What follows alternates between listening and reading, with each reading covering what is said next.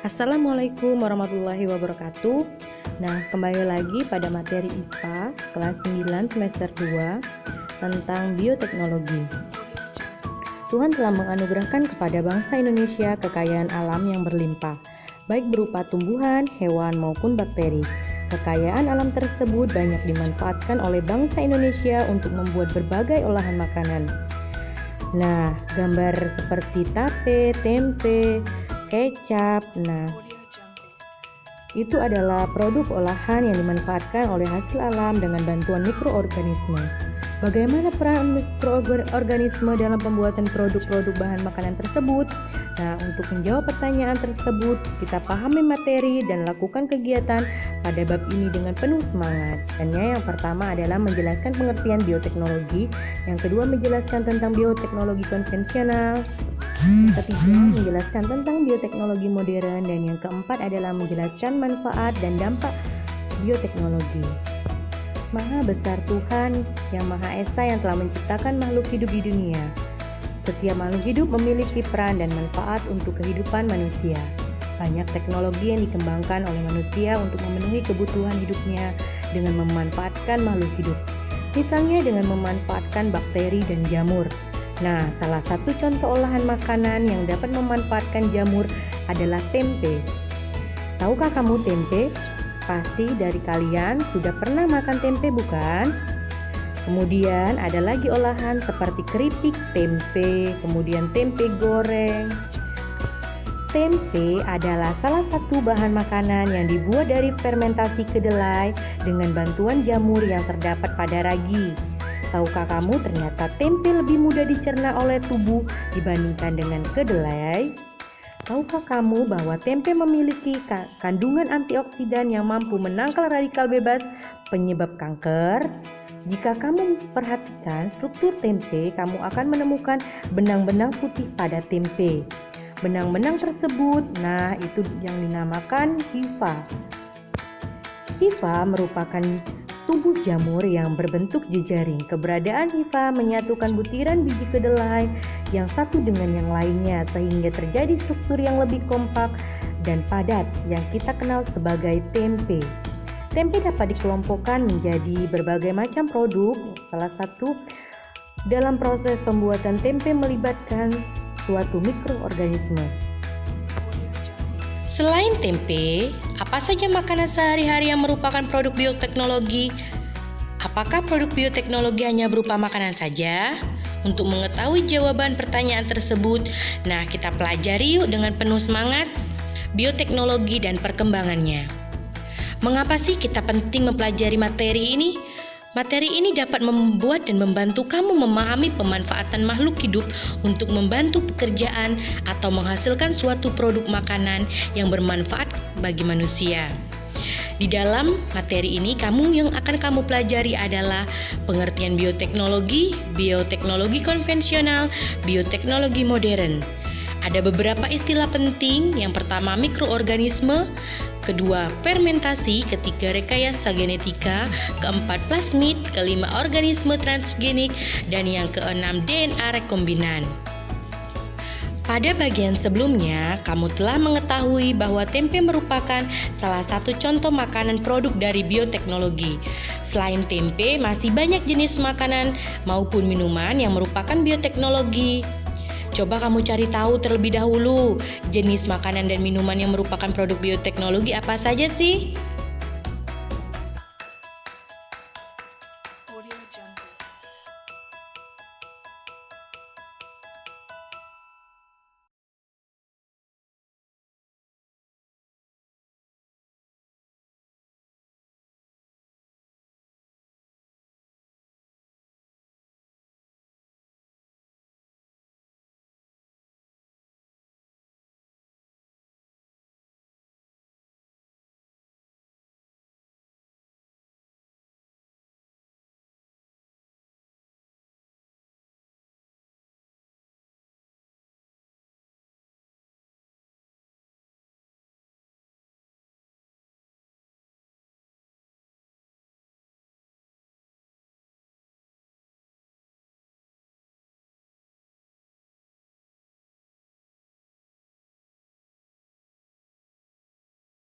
Contohnya adalah keripik tempe atau tempe. Nah, dibuat dari kedelai dan difermentasikan sehingga menjadi produk makanan. Bioteknologi berasal dari dua kata, yaitu bio yang berarti hidup dan teknologi yang berarti suatu cara atau alat untuk memudahkan manusia dalam memecahkan masalah atau membuat produk yang berguna. Jadi bioteknologi adalah penggunaan organisme atau bagian dari organisme untuk membuat suatu produk atau jasa sehingga dapat mensejahterakan manusia. Terdapat dua jenis bioteknologi, yaitu bioteknologi konvensional dan bioteknologi modern.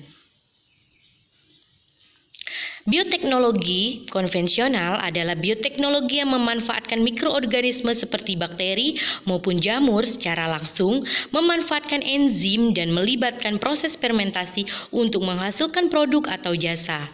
Sedangkan bioteknologi modern adalah bioteknologi yang melibatkan prinsip biokimia, biomolekuler, dan rekayasa genetika.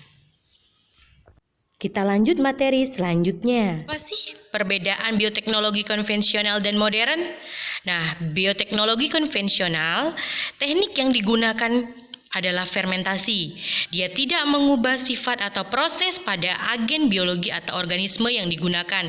Contohnya seperti tape, tempe, alkohol, asam cuka. Sedangkan bioteknologi modern, teknik yang digunakan itu adalah DNA rekombinan, mengubah sifat atau proses pada agen biologi yang dihasilkan. Contohnya insulin, vaksin, penilisin. Nah, ada beberapa produk yang dihasilkan oleh bioteknologi. Dapat kalian lihat pada tabel berikut ini. Ada produk tempe, kecap, tauco, keju, mentega, yogurt, oncom, tapai, nata de coco, roti. Kemudian kalian juga dapat melihat bahan makanannya dan mikroorganisme yang digunakan di dalam pembuatan produk tersebut.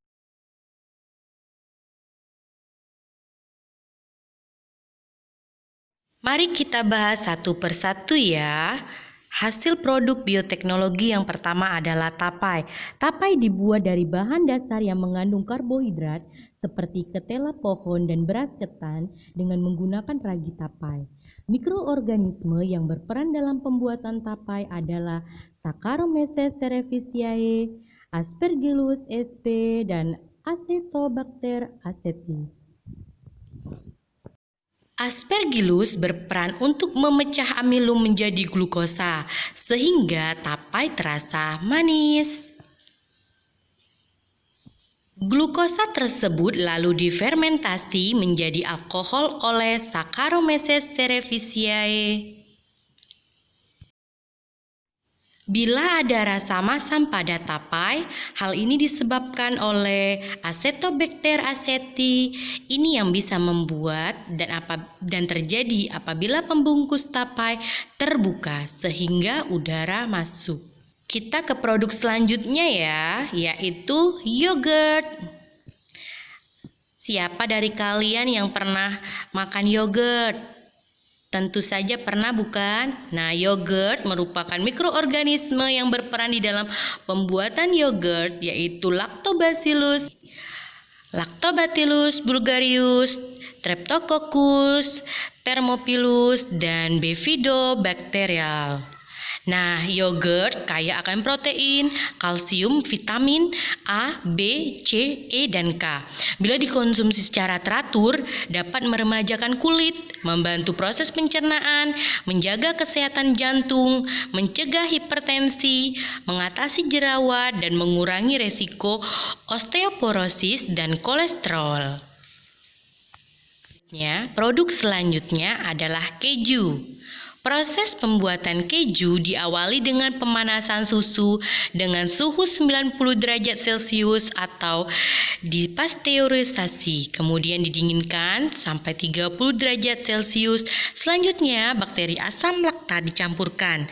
Akibat dari kegiatan bakteri tersebut, pH menurun dan susu terpisah menjadi cairan whey dan didih padat. Kemudian ditambahkan enzim renin dari lambung sapi muda atau enzim buatan yang dinamakan klimosim untuk mengumpulkan dadi yang terbentuk dipanaskan pada temperatur 32 derajat Celcius sampai 420 derajat Celcius dan ditambah garam. Kemudian ditekan untuk membuang air dan disimpan agar matang. Mikroorganisme yang berperan di dalam pembuatan keju adalah Lactococcus sp, Lactobacillus bulgarius, dan Streptococcus thermophilus. Produk selanjutnya adalah tempe. Bahan yang diperlukan adalah kedelai dan ragi tempe. Mikroorganisme yang berperan Rhizopus oryzae dan Rhizopus oligosporus. Pada proses pertumbuhannya, jamur menghasilkan benang-benang yang disebut hifa yang mengikat biji kedelai sehingga membentuk struktur yang kompak. Jamur juga akan menghasilkan enzim protease yang dapat menguraikan protein kompleks pada kedelai menjadi asam amino yang mudah dicerna oleh tubuh kita. Nah, dari gambar ini kalian bisa melihat bagaimana cara membuat tempe.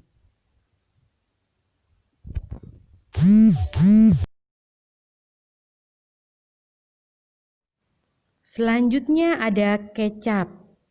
Kecap merupakan produk hasil bioteknologi yang terbuat dari kacang kedelai.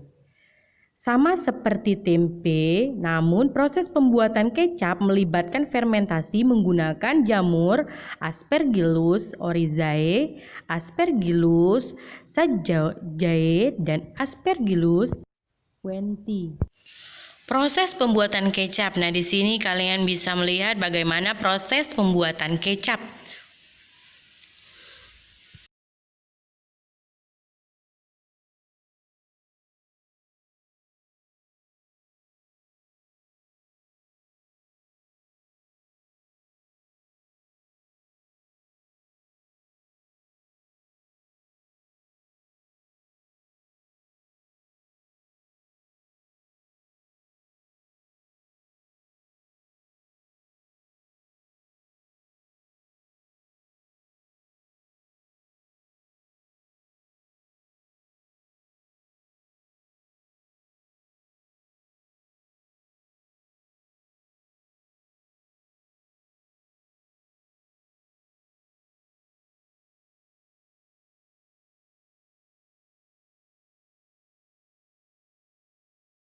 Selanjutnya roti. Pembuatan roti melibatkan peristiwa fermentasi yang dibantu oleh Saccharomyces cerevisiae. Fermentasi pada roti ini menghasilkan banyak gas karbon dioksida dan sedikit alkohol. Karbon dioksida membuat adonan roti mengembang. Gas karbon dioksida yang terperangkap pada adonan roti akan memuai saat roti dipanaskan dengan oven ataupun dikukus hingga roti berstruktur lunak, lembut, dan enak dikonsumsi.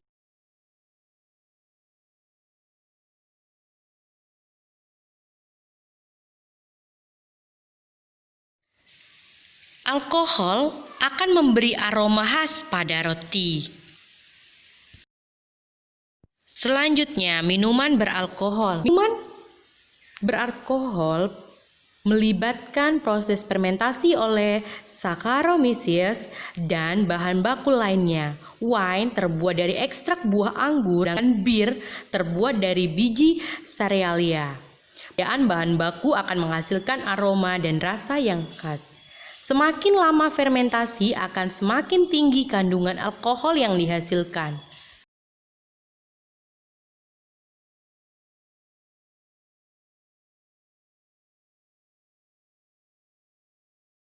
Nah, itulah beberapa produk bioteknologi konvensional. Sekarang yang akan kita pelajari adalah bioteknologi modern. Bioteknologi modern adalah bioteknologi yang menggunakan teknik rekayasa genetika seperti DNA rekombinan. DNA rekombinan yaitu pemutusan dan penyambungan DNA dengan cara kultur jaringan, cloning, dan fusi sel.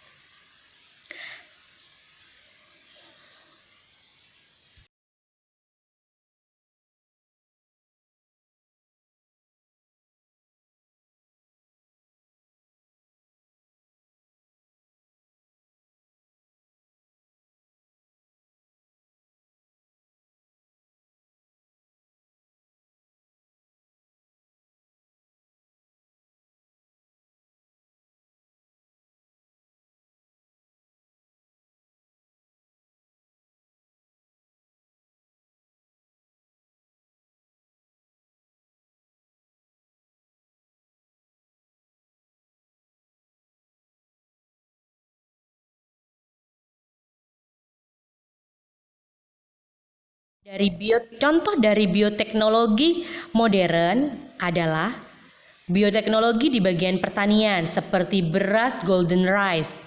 Bioteknologi modern bidang pertanian merupakan teknik rekayasa genetika, yaitu melakukan manipulasi susunan organisme sehingga dihasilkan organisme yang memiliki sifat yang baik. Seperti ini dinamakan tanaman transgenik. Contohnya golden rice, yaitu beras berwarna kuning yang mengandung vitamin A karena disisipi gen beta karoten seperti wortel.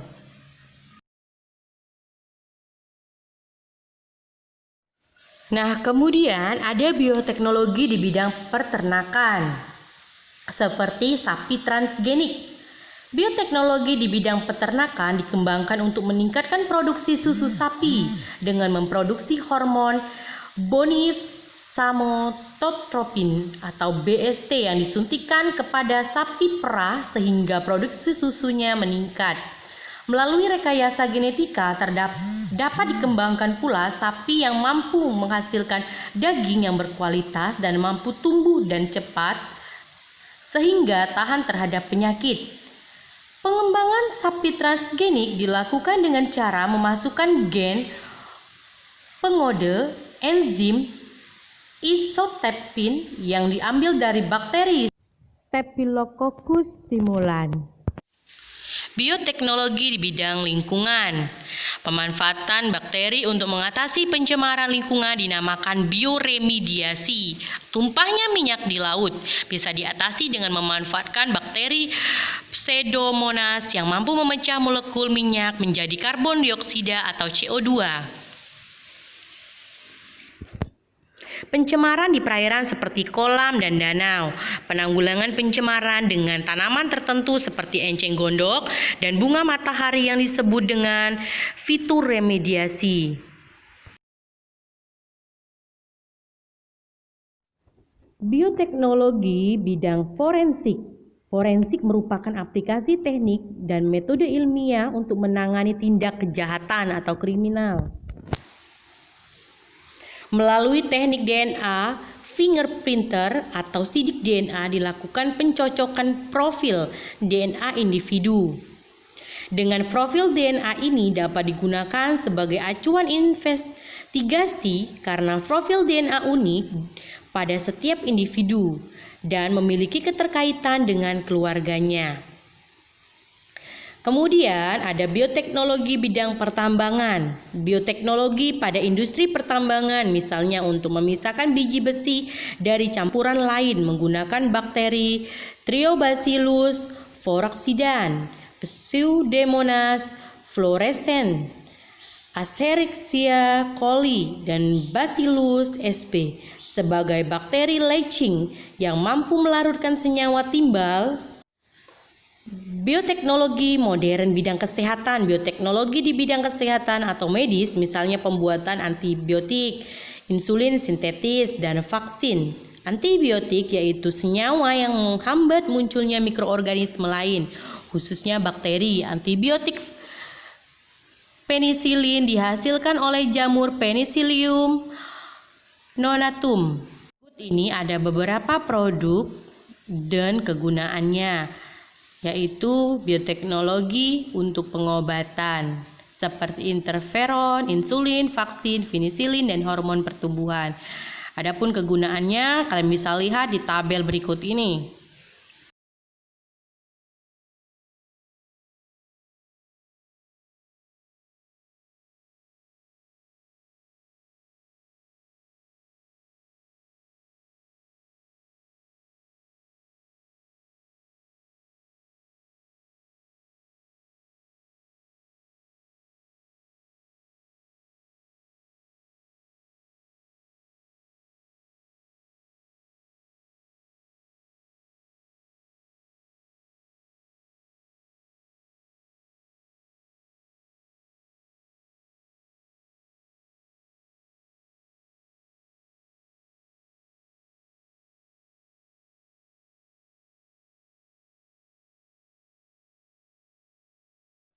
Lanjutan, masih ada produk bioteknologi untuk pengobatan seperti beta endorfin, aktivitor plasminogen, inflorlikun 2, antibodi monoklonal, dan enzim.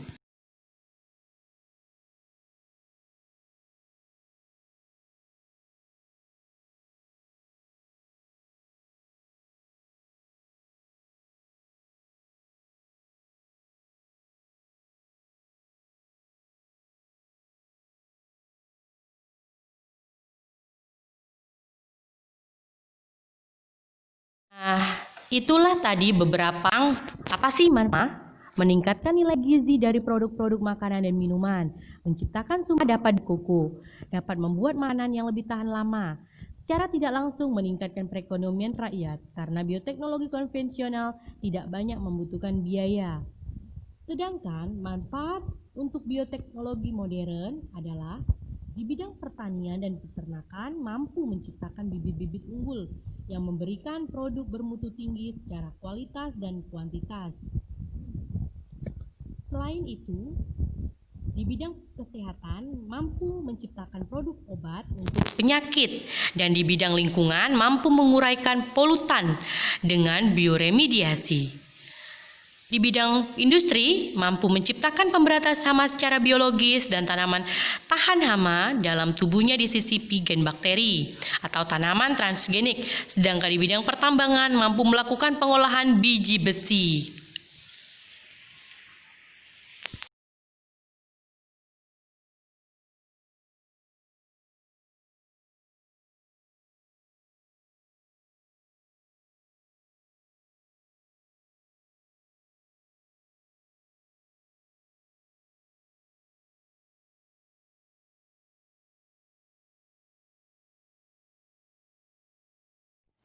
Ada yang tahu nggak sih dari kalian apa sih dampak dari penerapan pengembangan bioteknologi tersebut? Nah, dampaknya terhadap lingkungan, organisme transgenik dapat menjadi polusi gen, sehingga bisa merusak keanekaragaman plasma nunfa, bahkan bisa memunculkan hama baru yang lebih kuat dan mengganggu keseimbangan ekosistem. Dampak terhadap kesehatan. Ada orang yang alergi bila mengkonsumsi tumbuhan atau hewan hasil rekayasa genetika. Minuman beralkohol sering disalahgunakan sehingga menimbulkan dampak buruk untuk kesehatan. Dampak terhadap sosial dan ekonomi. Pengusaha dengan modal besar dapat mengembangkan pertanian transgenik dengan kualitas panen yang lebih berkualitas sehingga membuat petani tradisional tak mampu bersaing. Itulah materi kita hari ini tentang bioteknologi. Nah, jangan lupa tugas kalian untuk berkelompok membuat video tentang bioteknologi konvensional, yaitu bagaimana cara pengolahan dari singkong menjadi tape, dibuat di dalam satu video maksimal per kelompok 1 sampai dengan 6 orang. Terima kasih. Selamat pagi dan salam sejahtera untuk kita semua. Assalamualaikum.